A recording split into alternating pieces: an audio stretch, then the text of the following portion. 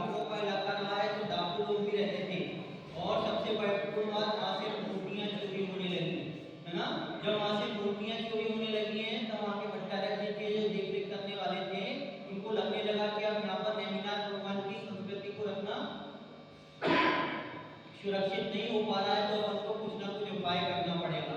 इसलिए उन्होंने सोचा कि यहीं कोई घनी आबादी में, है ना, घनी आबादी जहाँ पर हो, वहाँ पर कोई छोटी जगह मिल जाए अपन, तो वहाँ पर अपन एक मंदिर बना लें और शौर्यपुर की व्यवस्थाओं को चला लें।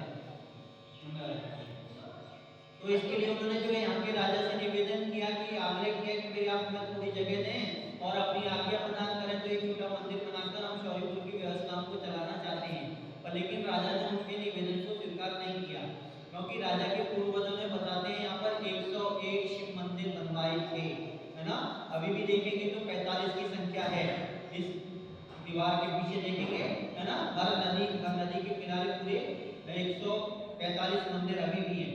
तो नहीं माने तो फिर उन्होंने भट्टारक जी ने अपने अतिशय चमत्कार और शक्तियां दिखाते हुए इस मंदिर को बनाया।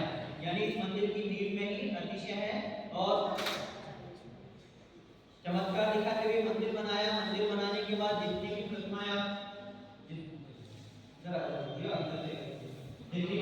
आप है ना यहाँ पर दर्शन कर रहे हैं, सारी शौर्यपुर से लाकर विराजमान की, है ना। जो प्रतिमाएं लगता था उनको विशेष है या चोरी जा सकती है, ऐसी सभी प्रतिमाओं को यहाँ पर लाकर विराजमान कर दिया।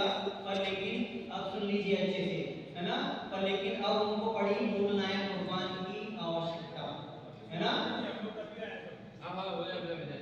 दोबारा से सुनना बोलेंगे, आपके पास टाइम है तो हमारे पास तो बहुत समय है, इंतजार करो हमारे समय आने दो उनको और सुनाने हैं।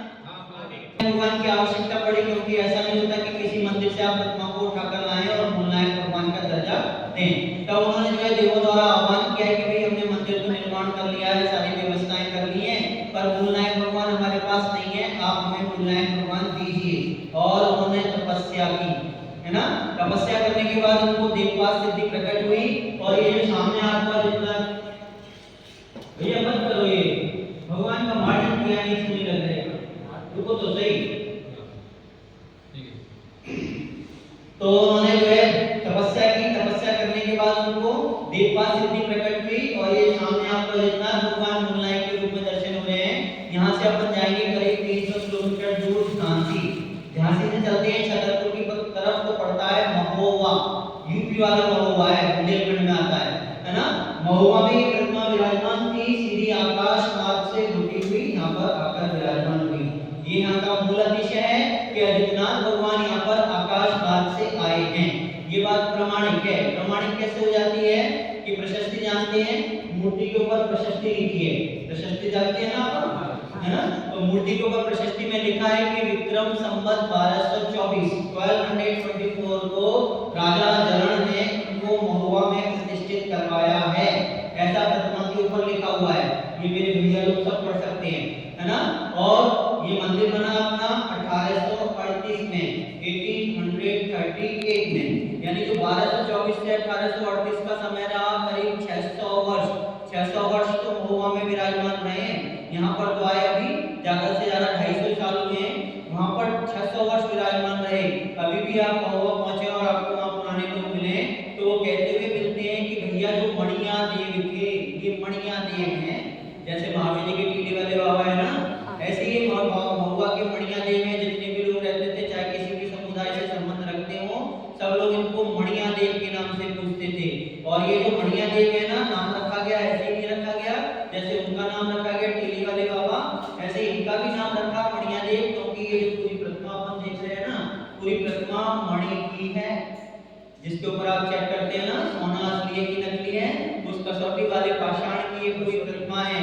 और प्रतिमा भी बड़ी अतिशयकारी है। अंगूठे और कलाई में जो आपको निशान दिखाई दे रहा है, तो इसके इतिहास के अंदर वर्णन मिलता है कि जैसे ही औरंगजेब है ना, कोई औरंगजेब ही रहा नहीं था, तो जैसे ही औरंगजेब ने इस प्रतिमा को खंडित करने का प्रयास किया है, इस प्रतिमा में से दूध जैसा पदार्थ निकलने लगा, है ना। जैसे ये जो है दृश्य अपने जैन समाज के लोगों ने देखा तो उसको बताने लगे, समझाने लगे कि भाई आप इनको मत छुओ। क्यों मत छुओ? क्योंकि हमारे तीर्थंकर भगवान की जीवंत प्रतिमा है। ऐसा क्यों कहा हुआ जीवन? क्यों कहा होगा जीवन? क्यों बता दिया सफेद होता है, प्रतिमा में से भी सफेद प्रकार का पदार्थ निकल रहा था, तो इतनी बात अपन उसे बता पाते, वह सुख पाता उससे पहले ही उसके ऊपर मधुमक्खियों ने हमला बोल दिया, बहुत तेज तूफान आ गया, उसको भागना पड़ा और ये निशान देकर वह रह गया। तो यहाँ का मूल निश्चय तो यही है कि अजितनाथ भगवान यहाँ पर आकाश मार्ग से आए हैं, है ना। प्रतिमा की अगर विशेषता देखेंगे तो इस श्रीवस्त्र को देखना और यहाँ से होते हुए पीछे होते जाएंगे तो मूर्ति में से मूर्ति नजर आती है ना। खड़ी हुई प्रतिमा यहाँ पर विराजमान है। इस मंदिर के अंदर दो गुफाएं भी हैं, एक उधर गर्म गुफा लिखा हुआ है, वो गर्म है, और इधर ये स्नान कर लिखा है, इसमें से जाएंगे तो इधर ठंडी भी है ना। ये मुनिराजों के लिए देखने को, दर्शन करने को कुछ नहीं है, भट्टारकी के चरण रखे हुए उसमें। ये मुनिराजों के लिए बनाई गई है कि वो किसी भी मौसम में आए और अपनी साधना को निर्विकल्प रूप से कर सकें। जितनी ज्यादा सर्दी बढ़ती जाएगी उतनी ज्यादा वो गर्म होती चली जाती है, ऐसे वो गर्मी वाली है ना। तो ये इसलिए है। अभिषेक के लिए चले अपन, ठीक है ना। और जिनको आपको, जिन्होंने नहीं सुना हो या अधूरा सुना हो, वो अपने आपस में कर लेना, ठीक है। अभिषेक के लिए चालू कर